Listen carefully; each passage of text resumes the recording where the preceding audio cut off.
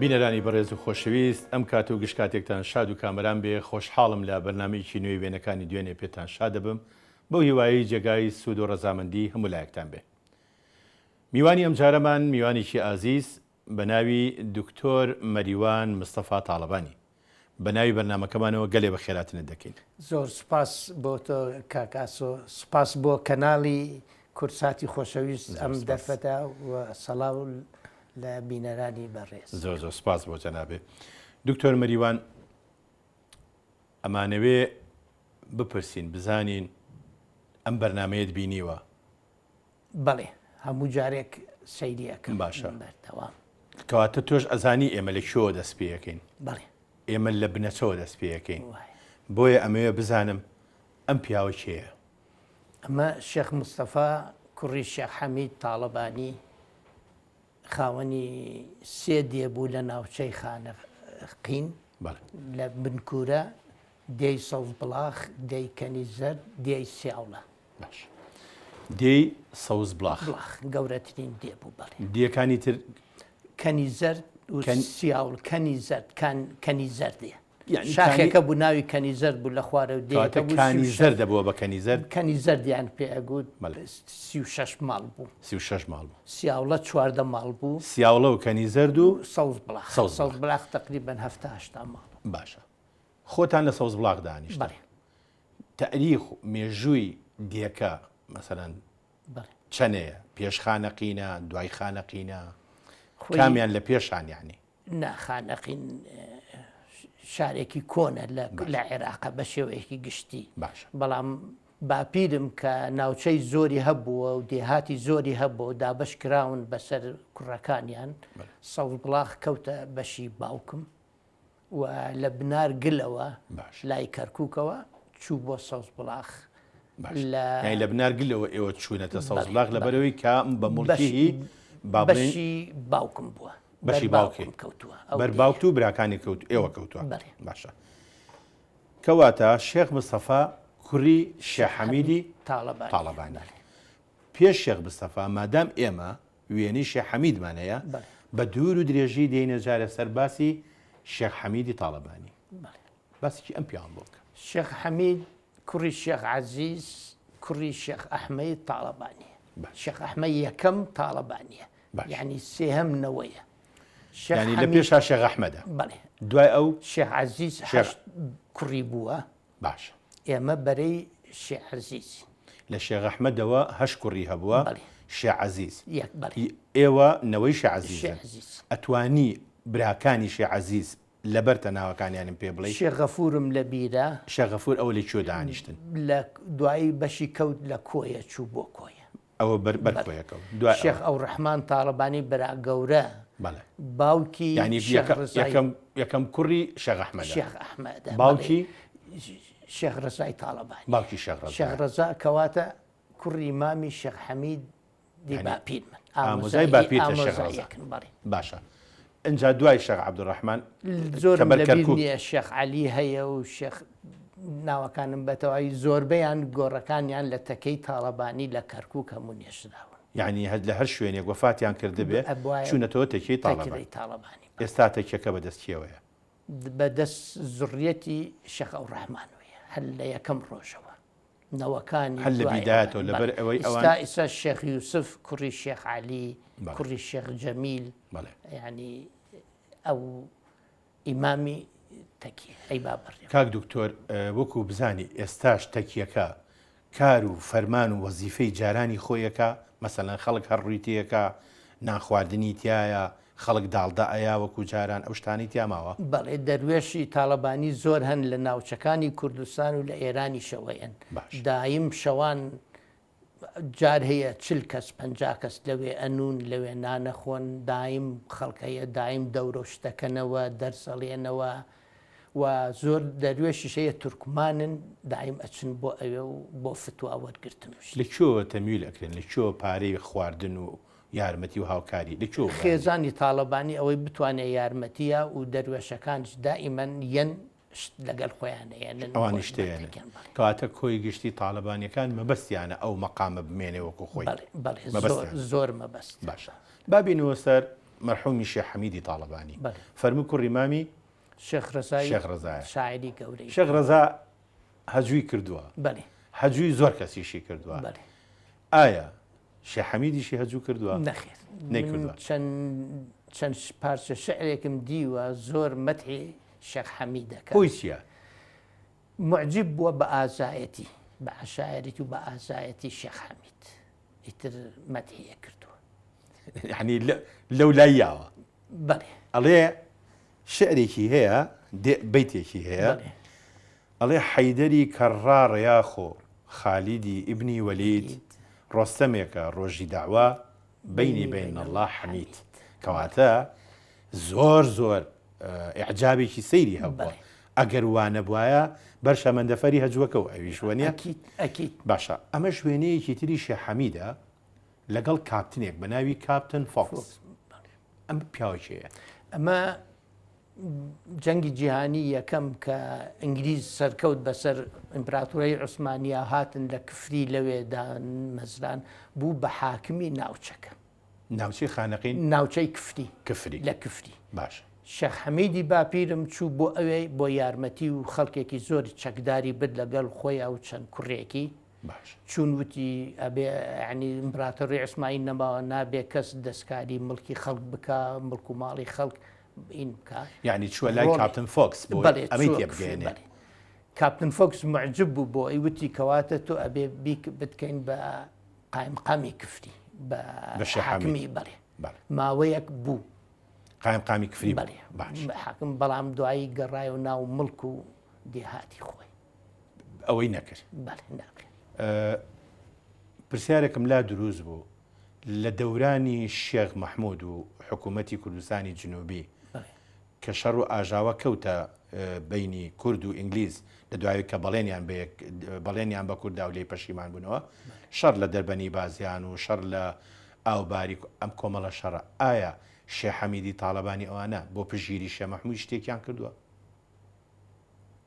یعنی بخۆی لە پێشە شێخ مەحموود و شێخ حەمید و شێخێکی کەیان هەڵبژارد وەکو سەرۆکایەتی سوپایی کورد بکەن بۆ شەڕی شوعیبە باش چوون بۆ جنوب شێخ حەمید لەوێ 3 شەهید یابوو باش دوایی کە بۆ پاڵپشتی عەشایری عەرەب ئیمپراتۆریەتی عوسمانی بەناو ئەوەیە موسڵمانن ئینگلیزەکانیشیان کافرن بۆیە ناوێن نا غەزای شوعیبە وەکو غەزا بێ ئەڵێ ثلثێن الجەنە لیهادینە وثلث لکاک ئەحمەد و ئەعوان ئەوە دروشمەکەیان بووە کە چوون بۆ شوعیبە کەواتە شێخ حەمیدی تاڵەبانی بە خۆی و عەشیرەتەکەیەوە لە پاڵشێ مەحموودیشیە بۆ لەوانی کە بۆ غەزایە چووە باشە پاشەوەی ئیمپراتۆریەتی عوسمانی سوپاکەی ڕووخا و کشانەوە نەمان هەموو کوردەکان چەکدارە کوردەکان هاتنەوە بۆ ناوچەی خانەقین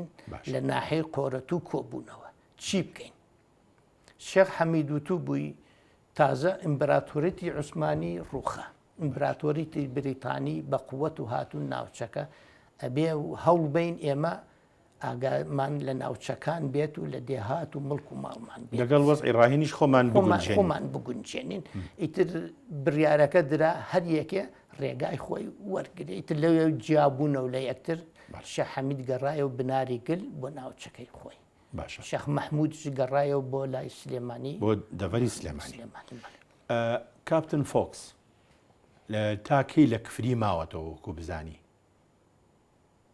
ئاگام ئەمەش هەر وێنەیەکی ئەو سەردەمەیە کە جەنابی شێخ حەمیدی تاڵەبانی لەگەڵ کاپتن فۆکس هەر ئەو ڕۆژەی کە وێنەکەیان بێکەوە گرتووە ئەم شوێنی کوێیە کە ئەم وێنەیان تیاگرتووە ئەمە لە کفری چیانە سەرۆک هۆزەکانیان کۆ کردەوە بۆ ئەوەی یعنی بڕیارێکی هەموو ناوچەکە بنەوەک بڵێن یەک کەس تەنها لێ پرسراوە بەرامبەر ناوچەیە وەکو جەمعیەتێک وەکو کاتون لەگەڵ فۆکس ساقسیان کردووە تر ئەوە کۆیان کردوتەوە بۆ ئەوەی ئەمانە خۆیان و عەشایەریان و چەکداریان پشتگیری بکەن لە ئیمپراتۆری بریتانی کە هاتوون و ئەوش دەرەخەن کەوا ئەوان دژمنی خەڵکەکە نین هاتوون شێخ حەمید کەی وەفاتی کردووە 1920 دوای 2 ساڵ دوای ئەو شەڕە وەفاتی کردووە وەکو بیست بێت لە ڕەحمەتی شێخ مستەفای باوکێ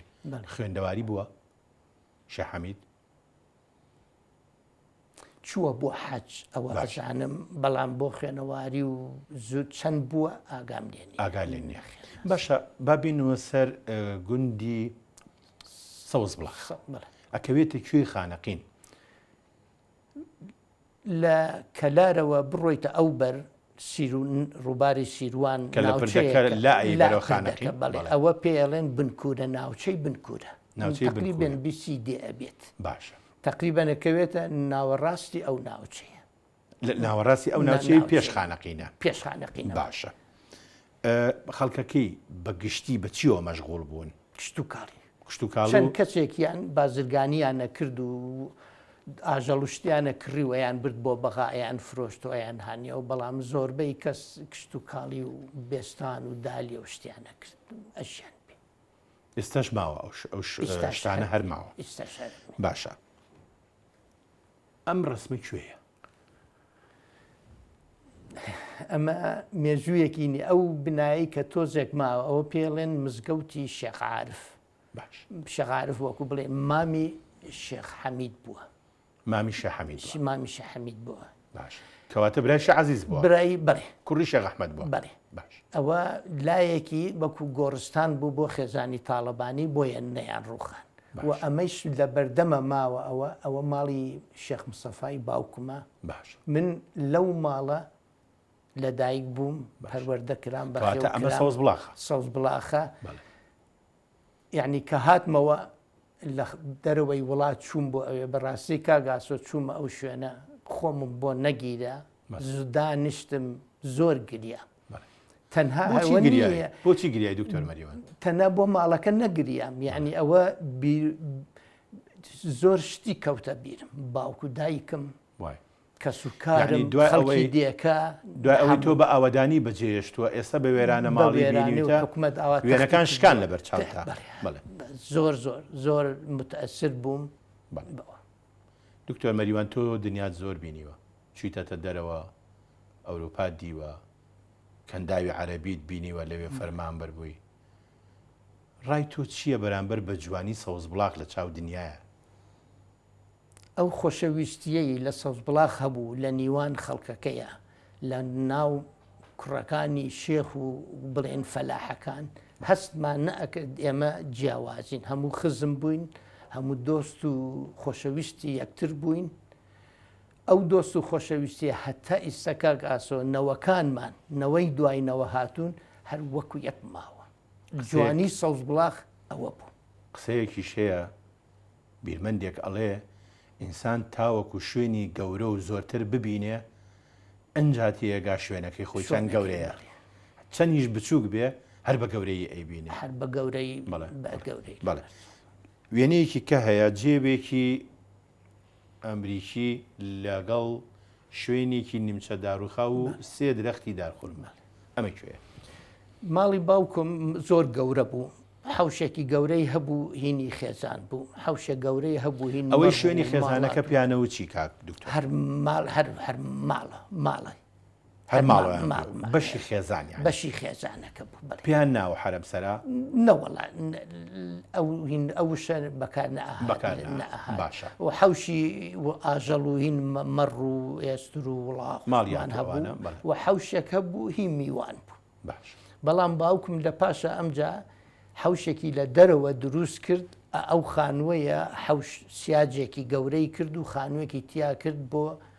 لێپرسراوانی حکومەت گەورە ئەهات چەند وەزیر هاتووە بۆ ماڵ باوکم چەند ئەفسەری گەورە هاتوون و پاشەوەی بوو بە کۆمار عێراق سەرۆکی کۆمار وەکو مەجلیس الئومە نەجیب ڕوبعی هاتووە بۆ دیوەخانی ماڵی سەرۆکی مەجلیسی سیادە لە بەغایە هاتوون بۆ ماڵ باوکم لەو دیوەخانی باوکم هەر بە سەردانی ئاسایی سەردانی بۆ هاوکاری و شت نایە نەخێر هەروە وەکو ناسراوی و ڕەفاقەت و هاتن بۆ سەردان هەموو جارێک هاتن بەس دکتۆر مەریوان ئەبێ بەهاری چ سەوزێک بوو بێت چ جوانێ بوو بێ ئەو ناوچەیە ئیستا من بیرەکەم ئەڵێم وەکو جەننەت وا بووە دەشتی سەوز بڵاخ یعنی ناسرا بوو کارێزی جوانمان هەبوو ئاو کارێز ئاهات بە ناو دیەکەی ئاوەکە دەرەچوو بۆ ئەو پەر.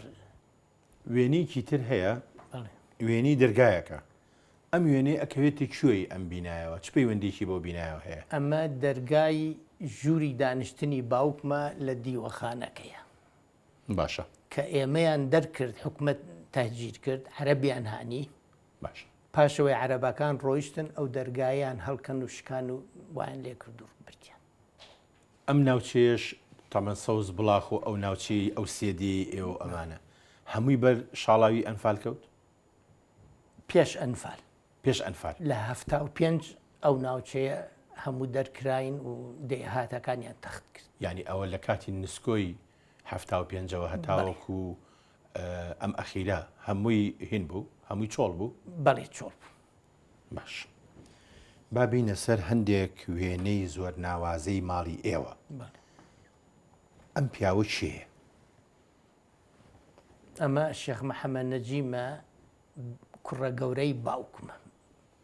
کوڕە گەورەی باوک. بەڵێ ماشەڵڵا تقریبەن تەمەنی گەیشتە 95 ساڵ کۆچی دوایی کرد. ئێوە چەند بران کاکی دکتۆر؟ باوکم 25 مناڵی بووە. 25 مناڵ؟ بەڵێ. ماشەڵڵا. چەندی کوڕ و چەندی کەچ؟ بەخوا تقریب نیوە بە نیوە. نیوە بە نیوە؟ بەڵێ. باشە. 13 بە 12 تقریبەن ئاوە. بەڵێ. باشە. ئەبێ بە پێش 5 بژمێرم. بەڵێ. ئەمە بەری چەند ژن؟ 6. 6 ژن. بەڵێ. دایکی ژمارە چەنە؟ ژمارە 4. ژمارە 4. بەڵێ. کەواتە ئەم بەهشتیە لە دایکی تۆنی؟ لە دایک من نیە، لە یەکەم ئافرەت. زەنگە نەبوو. وێنی دایکتمان نییە ئێستاوەنە؟ نەخێن. چی یەکن لەگەڵ باوکتا؟ هیچ بێزگەلەوەی کە خێزانیەتی؟ هیچ. دایکم ڕۆژبەیانیە، ناشرەتی ڕۆژبەیانیە، لە خەڵکی دیەکە بوون. باشە. مامۆستا ڕۆژبەیانیەکان لە چ مەنتیقەیەک زیاتر دانیشن؟ لە کەرکووک زۆرتر هەن و لە ناوچەی خانەقینیش هەن. ئەوان عەشیرەتن؟ بەڵێ بەڵێ. دابەشە بن بەسەر لە لای مووسڵیش هەن. لە عەشیرەتی ڕۆژبەیانی.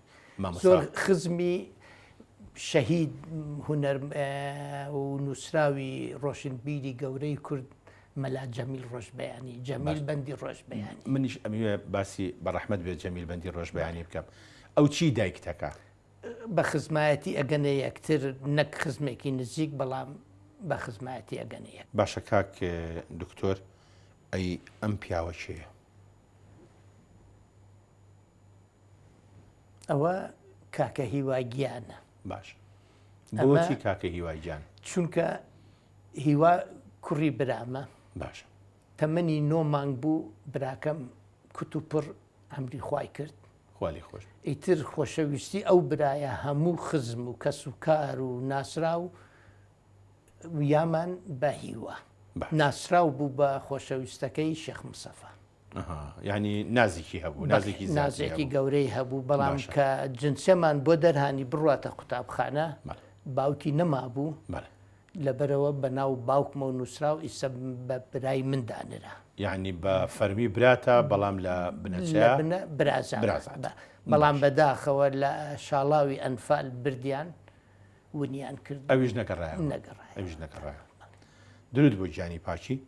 ئەی ئەم پیاوە شەیە زۆریش مەبەستێ بوو ئەم پیاوە وێنەکەی ببینرێ؟ ئەمە کاک شەریف زەنگەنە ڕۆشنبیرێکی کورتپەروەری ڕاستەقینە بوو لە دیەکەمان، ناسراوە بە مەلا شەریف. باش. یعنی هەر 3 کەس هەبوو لە دیەکەمانە بەڕاستی ئەوان خوێنەواریان هەبوو، ڕۆشنبیری بوون. کاک شەریف، شێخ عەلی برام و کاک عەزیز کوڕی مەحەی شاواز کە ناسراوە بە مەلا عەزیز. باشە. مەلا عەزیز موئەڕخ بوو، نەوەک هەر نووسراو بوو، زۆر شتی ئەنووسی، مێژوو نووس بوو. بەڵێ. باشە. ئەمانی کە لە چ بوارێکە ئایان نووسی؟ ئەدیب بوون، شاعیر بوون؟ هەر خوێنەواریان هەبوو، شعریان نەبوو، هەر ئەدیب بوون، شتیانە نووسی و شتیانە خوێنەوە. و ئەوەنە دەرکەوتوو بوون واتۆ لە بەرنمەیەشی ئاوا هەرسێکیانە لە بیرە، ئەوەنە کاریگەری لەسەر ئێوە دروست کرد بوو؟ بەڵێ. ئەمە زۆر یعنی نەسیحەتی ئێمەیانە کرد و قسەیان بۆ ئەکردین، ئێمە یعنی وەکو لە سەر ڕەوشتی ئەوان بڕۆی. بەڵێ. ئەم پیاوەش هەر ئەو نییە؟ بەڵێ. ئەوە لەگەل شێخ عەلی برامە. ئەوش کاک عەلی برامە. برامە. بەڵێ. کاتە ئەو نەپیاوێکی دی خۆشەویست و زۆر دڵکراوە بۆ هەمووتان زۆر خۆش کە لە ئەلبومی ئێوە وێنەی هەیە. باوکم کاتی خۆی کە لە بنارگلە و چوون بۆ سەوز بڵاخ باوکی کاک شەریف یەکێ لەوانە بوون بە تەنیا نەئەچوو باوکمە بێ کۆمەڵێ فەلاحشت خەڵکی لەگەل بڕوات باوکی کاک شەریف یەکێ لەوانە بووە کە لەگەل لە بنارگلە و چوون بۆ سەوز بڵاخ. باشە کاک دکتۆر ئێمە زۆر ماماوە لەگەڵ بەڕێسا بەڵام ڕێگان بە پشوویەک بین بێکەوە خۆشەویستان پشوویەک و دێن و خزمەتە.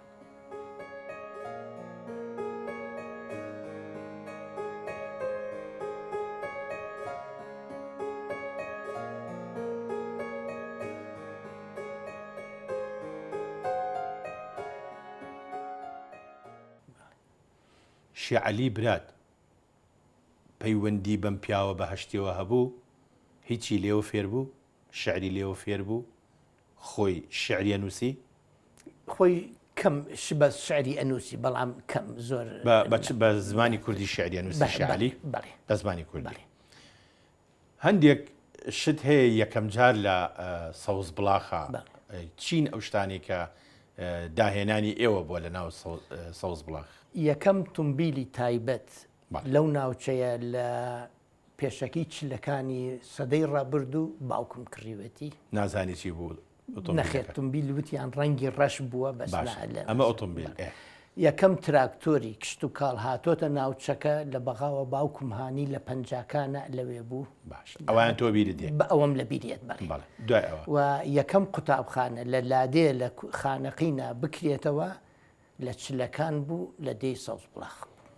بۆچی بۆ ئەو بە هیمەتی باوکم خۆی خوێنەواری باشی هەبووە باوکم سیاسەتمەدار بووە لە حزبی هیوا بووە لە پێشووە حزبی هیوا بووە و کە ڕەفیقێکی خۆشەویستی خوا لێ خۆش بوو مامۆستا ڕەفیق حلمی بووە بەڕێوبەری پەروەردەی دیالە کە پیانەوت مدیر معارف مدیر معارفی داوای لێکرد قوتابخانەیەک لە سەوز بڵاخ بکرێت و بەگوێی کردن و کردیانەوە و بۆ یەکەم سنتەری ڕۆشنبیری لە ناوچەکە باشە و پێشمەرگەی یەکەمیش بۆ شۆڕشی ئەیلول هەر لە سەوز بڵاخەوە دەرچوو هەموو.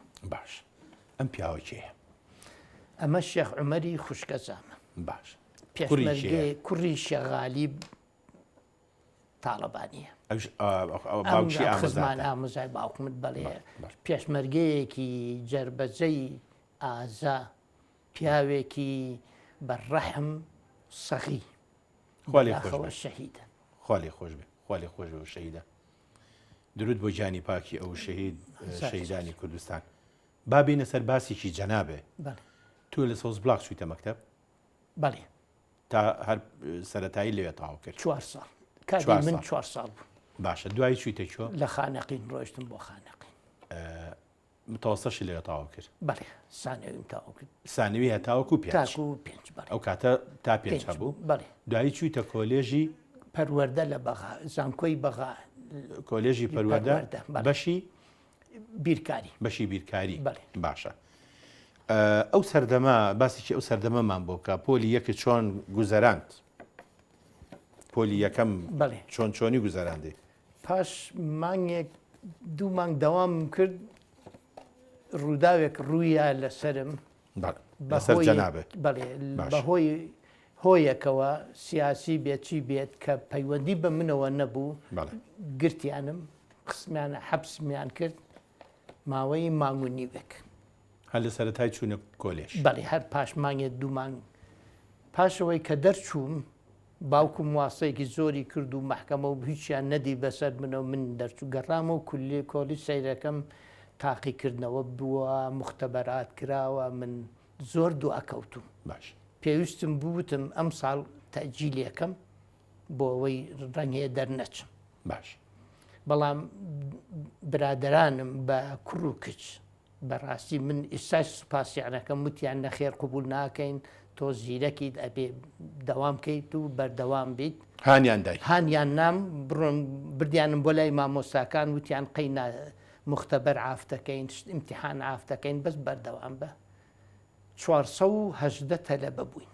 باش کە کۆتایی ساڵ نمرە دەرچوو لە هەموو ڕۆژنامەیەکی عێراق ناوی من نووسرا بوو کەوا من یەکەم دەرچوومە لەسەر کۆلیجەکە. دوای ئەوە مانگونیوێکی شەفەوتا بوو فەوتا بوو، بەڵام ئەبێ زۆرت جاهت کرد بێ هەتاوەکو ئەو کەم و کورتیە پڕ بکەیتەوە.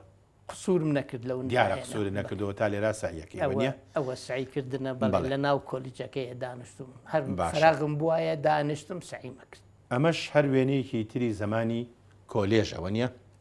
بەڵێ. کامیان جەنابەتی کاک دکتۆر مەریوان؟ دووەم لە لای چەپەوە. کەواتە ئەمەیان جەنابەتی؟ بەڵێ.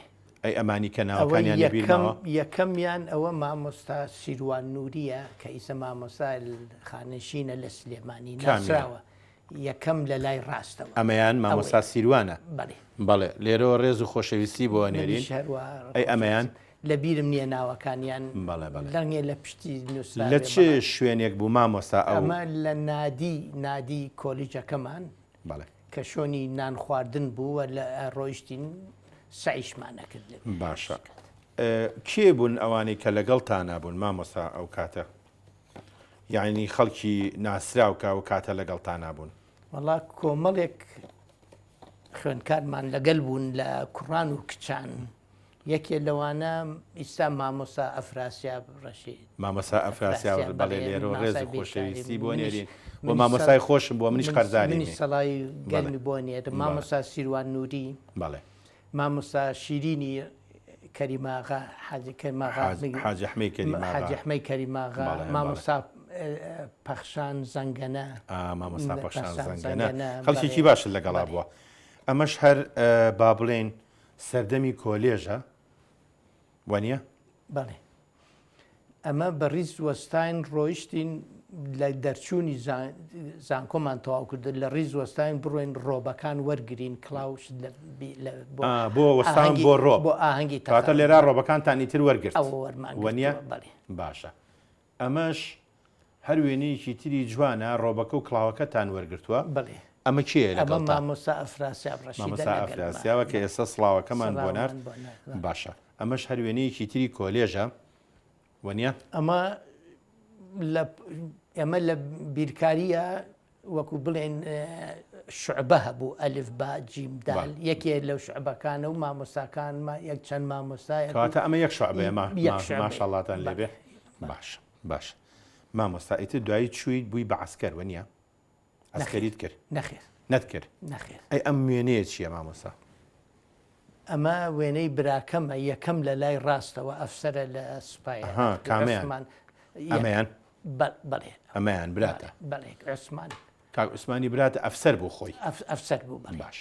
هەندێک وێنەی تەریف و خۆش هەیە لە ناو ئەلبومەکەی جەنابتە. بۆ نمونە ئەمە خەریکی برژاندنن. ئەمە چی ئەبژێنن مامۆستا؟ ئەمە من پاشەوەی دەرچووم لە زانکۆ دامەزران بە موعید لە جامیعی زانکۆی سلێمانی تازە کرابووەوە. باش. بە موعید دامەزرام ئەوە کۆمەڵێک مامۆستا و تەلەبەر ڕۆیشتین بۆ دەشتی پیرەمەگرون ئەو ناوە بوو.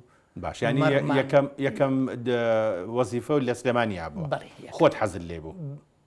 بەڵێ خۆم حەزم لێ. باشە. ئیتر ئەمە کۆمەڵە برادرن ئەوە چی؟ ئەوە مەڕە و مەرمان کڕی و هانیمان و ویستمان بیبرژێنین ئاگر لەسەری. برژاندیشتان؟ بەس زۆر باش نەبرژا دوایی لەتمان کرد و بەجیانی لێتان دەزانیوە. دواشە دێ عافیەتتان بێ.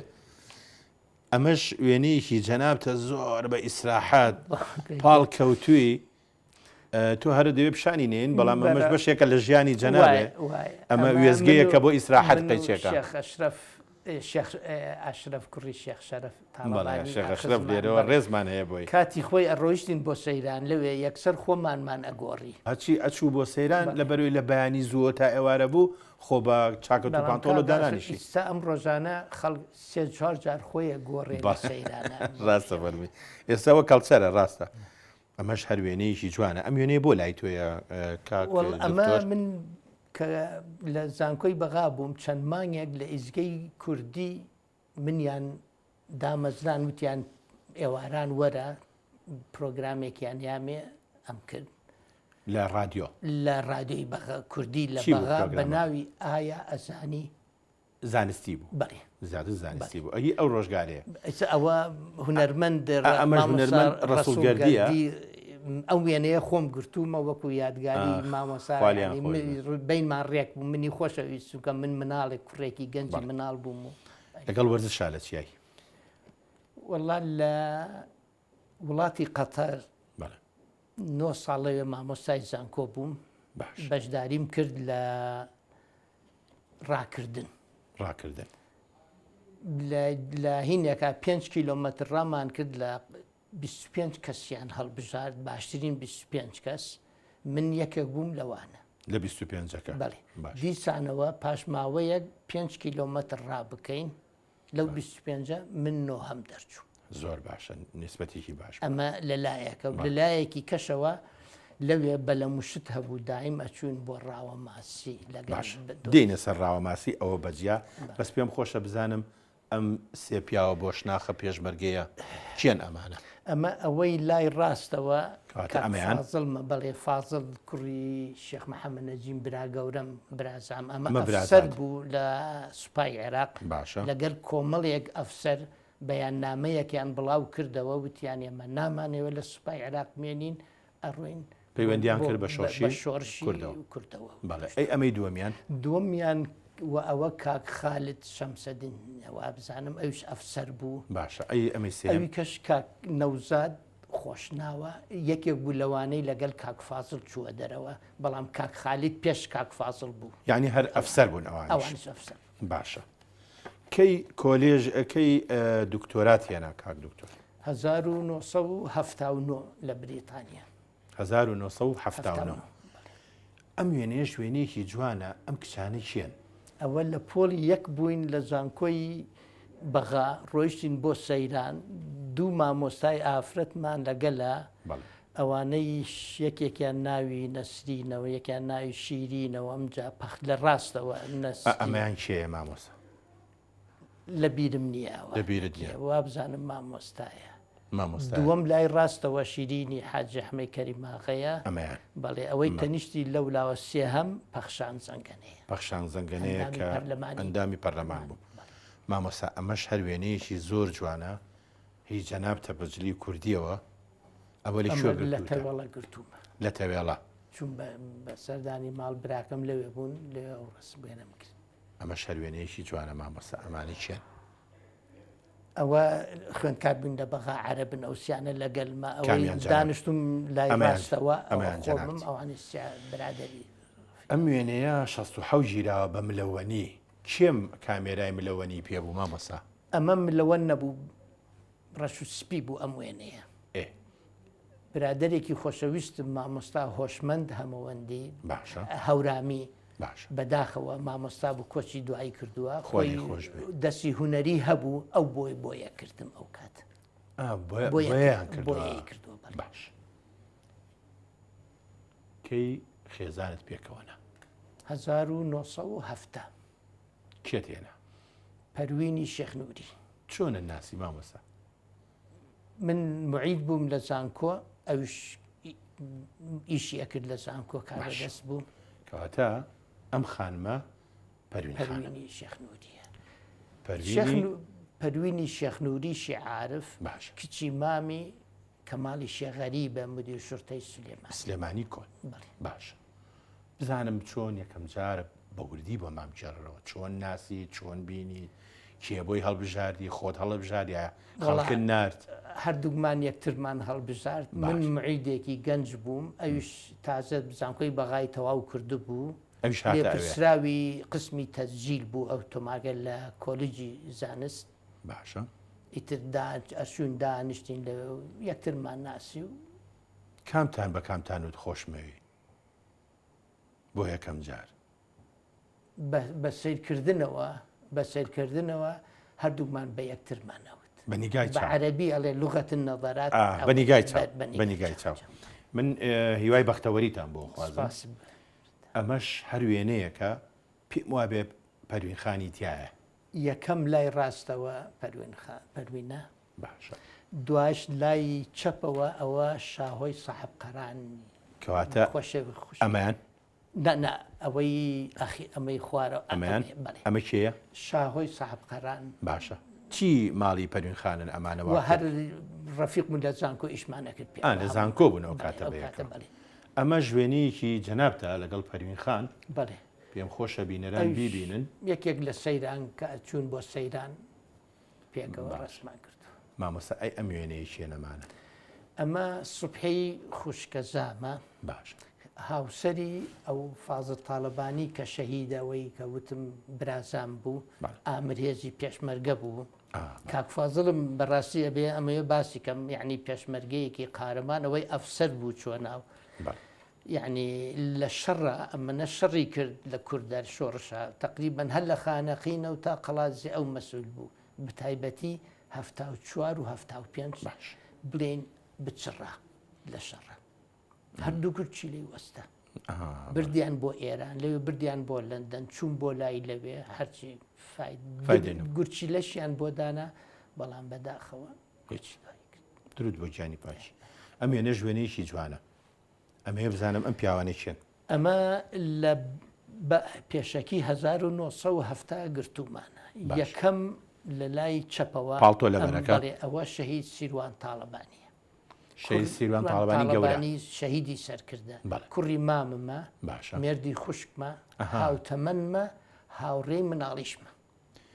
ئەلێرا تخوا بە ئیسێکەین ئەم وێنەیە شەی سیروانە لە ناوەڕاستە 5 برا بەڵێ 5 پێشمەرگەی قارەمان هەر 5یان شەهید درود بۆ گیانی پاچیان پێم خۆشە لەم بەرنامەیە یادیشی بە خێری ئەم 5 شەهیدە بکەینوانێ لە یادیان بەڵام کاکاسل خەفەتەکە لە چییە ئەم 5 برایە قارەمانە تەنیها شەهید ئەیوب گۆڕی هەیە ئالەمانە ئەوانی کە گۆڕونن حکومت کەس نەیزانی چیان لێکرد درود بۆ گیانی پاکی هەمویان بەڕاستی ئەوانە ئەگەر ئەوانە نەبوونایە ئەمڕۆ نابوو ئێمە قەرزاریانین بە هەموو نوعی قەرزاریانین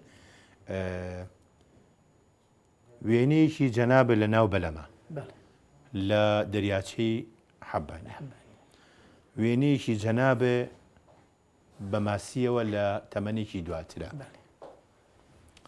ئەنجا بۆ ئەوەی کەوا با بڵێن هاوکارانمان فریای ئەوە بکەون ئەمە ژوێنەیەکی ترە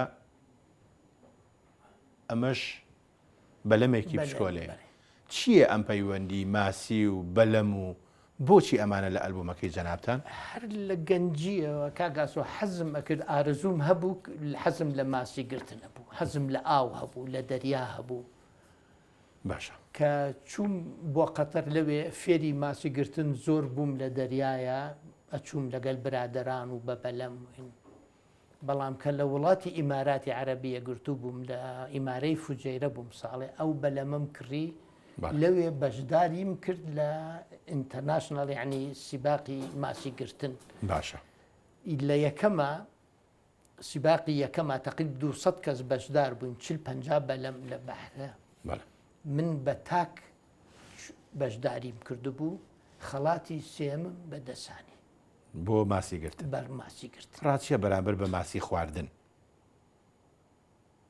خۆشترین ئەوەیە کە خۆت بیگری و بیخۆی ئەوە خۆشترە تا جەنابە وەکو پرۆفیسۆرێک هەرچەنە تایبەتمەندیەتی تۆ نییە بەس ئەوەندەی لە وڵاتانەوە بزانی خواردنیەکە سوودی زۆرە زۆر سوودی هەیە زۆر گرنگە بەلایەن کەمەوە هەفتەی جارێک بیخۆی تۆزێ دوورمان خاتەوە لە گۆشتی سوور ڕاستە گۆشتی ماسی سوودمەندی هەیە ئۆمێگا-3 تایە بەسوودە ینی ئامۆژگاریمانەکەی بۆ ئێمە هیچ نەبێ هەفتەی جارێک بخۆین زۆر ئامۆژگاری جەنابتان و بینەرانی بەڕێزەکەم باسی ئێمەش بەپی توانای گرینە جۆمان چونکە سوودی بۆ لەشمانەیە ئەم وێنێش حەزەکەم ئەمە لە مناسبەیەکە ئەوەی دانیشتون ئەوەی بە پێوە خۆمم ئەوەی دانیشتون لای ڕاستەوە برامە کاکەم عوسمان ئەوەی تەنیشتی خێزانێتی ئەوەی تەنیشتی کەی لای چەپەوە خوشکمە خێزانی شەهید سیروان تاالبانی خوشکەکەتە کە خێزانی شەهید سیروانە ئەم وێنەیە چیە کاک دکتۆر ئەمە لە لەندەن کە مامۆستا بووم پرۆژەیەک هەیە لە بریتانیا پێناڵێن بە ئینگلیزی The Duke of Edinburgh Award Scheme سکیمێکە پرۆژەیەکە دۆقی ئەدنبرە مێردی مەلیکەی بریتانیایە. باش من لەو ناوچەکە من مەسئولی ئەو پرۆژەیە بووم. گەنجانمانای برد کوڕ و کچ 2 ڕۆژ 3 ڕۆژ بۆ شاخ چۆن ئاعتیماد کەنە سەر خۆیان نەوەک هەر لە ماڵەوە بن و فێری دەرەوە بن چۆن بتوانن لە دەرەوە بنون لە دەرەوە ئیش بکەن بگەڕێن ئەوانم برد خولێکم برد بۆ ئەو دەشتی دەرەوەی لەندە ناو شاخ 2 شەو 2 ڕۆژ کەسمان نەدی لەو شاخە بووین بۆی کە پشت بە خۆتان ببەستن بەسن بەڵێ هەوڵت نەداوە لە کوردستانی ئازیزیش ناوکێک نەواتێک بۆ گروپێکی ئاوا دروست بکەیت بەڕاستی من کە هاتمەوە تەمەنم گەورە بۆ چەند 2-3 ساڵە هاتوومەتەوە تەمەنەکەم ڕێگەم ئەگینا زۆر حەزی لەکە. کاک دکتۆر ئێمە ماوەیەکی زۆر کەممان ماوە لەگەڵ جەنابێ ئەمە خانمەکەتە بەس ئەو مناڵە کامیانە ئاوانی کچمە ئاوانخان مناڵی یەکەمتە ئێستا لەکوێیە ئاوانخان؟ لە دوبەیە لە دوبەیە شو کردووە لە دوبەی و ماڵی لە دوبەیە. باشە کەواتە ئەم سیانە کێوکێن ئەمە ئاوان کچەکەتە ئاوانخان یەکەم بەڵێ کوێی تەواو کردووە؟ هەرچێکیان ئەندازیارن هەندەسەی نەوتی تەواو کردووە هەرسێکیان ئەندازیارە ئەمە ئاوانخانە ئەمەیان ئالان کاک ئالانی هەندەسەی بینایە بەڵێ ئەمەش دیلان هەندەسەی ئۆتۆمیلە لە ئوسترالیایە سیباقی تۆمبیل و شت مهندسی ڕئیس مهندسینەوەکو بڵێن باش خوانیان بڕێ خوانیان بڕێ ئەی ئەمانێکیان ئەمە کوڕەکە کوڕی ئاوانی کچمە باشە بە ناو عەزیزە و نراوە باپیری باوکم باشە کچی ئەو کچەش کچی ئالانی کوڕمە ناوی لەیلانە نامان ناوە چونکە ئەسڵی تاڵەبانی ئێمە هەموو لە ناوچەی لەیلانەوە هاتووایە ئەوش برایەکی بچووکی بوو ناوی نام میلان بەر لە 2 ساڵ و نیوەکە بۆ ئەوەی کوڕەکەم بیستی چەکێک هاتووە بۆ پێشمەرگە ناوی میلانە ئەو کوڕەی بوو ناوی نامیلان ئەم شوێنە کوێیە کاک دکتۆر؟ ئەمە ماڵی ئاوانی کچمە لەکوێ؟ لە دوبەی ینی کفتەشتان بردە دوبەی؟ نە ئەمە خوشکی خەزانەکەم لە ئەڵمانیا و هات ئەوە مامۆستا گوڵاڵە سەلاوی لێ یەکەم ئەو یعنی پسپۆرە لە کفتە دروستکردنە هات بۆ دوبەی کفتەی بۆ دروستکردینەوە ینی مەبەستمەوەیە کورد کفتەی بردە دوبەیش بە هەردوو جۆرەکەشی بە سووریش و بە زەردیش. تۆ حەزت لە چ خواردنێکە؟ من حەزم لە هەموو دەمەنیەکی کوردی هەیە بە تایبەتی یاپراخ لە بەروی سەوزی زۆرە باشە. ئەی ئەمە شێیە مامۆستا؟ ئەمە ئەو کوڕەیەکە ئەڵێم تازە لە دایک بۆ نزیکی 2 ساڵ میلانی ئەمە میلانە میلانە ئیشاڵڵا ئەبێ بە میلانێکی ڕاستەقینە لە بوارێکی زانستی زۆر باشە کە بتوانێ وڵات ئاوەدام کاتەوە ئیشاڵڵا کەسیش پێویستی بە میلانی چەک نامێنێ. ئێمە لە کۆتاییە دەستخۆشی لێکەین هیلاکمان کردی بەس پێش ئەوە حەزەکەم بزانم ئەم دوانێکیان ئەوە عەزیز و لەیلانن ئەو دوو عەزیز و لەیلانن دیسانەوە باشە. وێنەیەک هەیە بۆمان کردووی بە دواوێنەی ئەم بەرنامەیە بەڵام بە هیوام لە داهاتووە چەندین وێنە بەلەشی ساغ بگری هەموو لە دەوری یەک کۆبنەوە مناڵەکانی هەمیشە خێزانە هەمیشە لە دەورت بن ئەمە ئەکەین بە دواوێنی ئەم بەرنامەیە. ئەمە چییە ئاوا بە جوانی لە ئامێزە گرتووە؟ ئەمە لەیلانە بە مناڵی لەیلانە بە مناڵی بە باوەشمەوە تامی مناڵ خۆشە ئەی تامی مناڵی مناڵ خۆشترە خۆشترە ماڵێک مناڵی تیان نەبێ وەکو وشک بە هیوام هەموو ئەو ماڵانشی کە تا ئێستا مناڵیان نییە ئاوەدان بێ بە مناڵ بە لەشی ساخ پێشەوەشی کاک دکتۆر ئێرە بەجێ بێڵی منیش حەزەکەم لە خزمەت جەناب تا وێنەیە بگرم ئیشاڵڵا میلانیش کە ئاوا لە ئامێزە گرتووە بە شێوەیەکی زانستی ئەبێ بە میلانێک کە ئەوەی دوژمنە بیپێکی و ئێمە بخەنە کەناری ئاسوودەیی پێشەوەشی ئێرە بەجێ بێڵی حەزەکەم بە یەکەوە وێنەیە بگرین بۆی میلان ڕێز لە وێنەیە بگرێەوە بۆمان کا بە وێنەکانی دوێنێت چۆن تۆ وێنەی شێخ حەمیدی تاڵەبانیت پاراستووە ئەویش ئاوا وێنەکەی جەنابێ بپارێزێت. ئەمە لە کۆتایە زۆر زۆر سوپاس دەکەین. سپاس بۆ جەنابتان، سپاس بۆ کەناڵی کورسات. خۆشەویستان تا بەرنامەیەکی تر و کەسایەتێکی تر خواتان.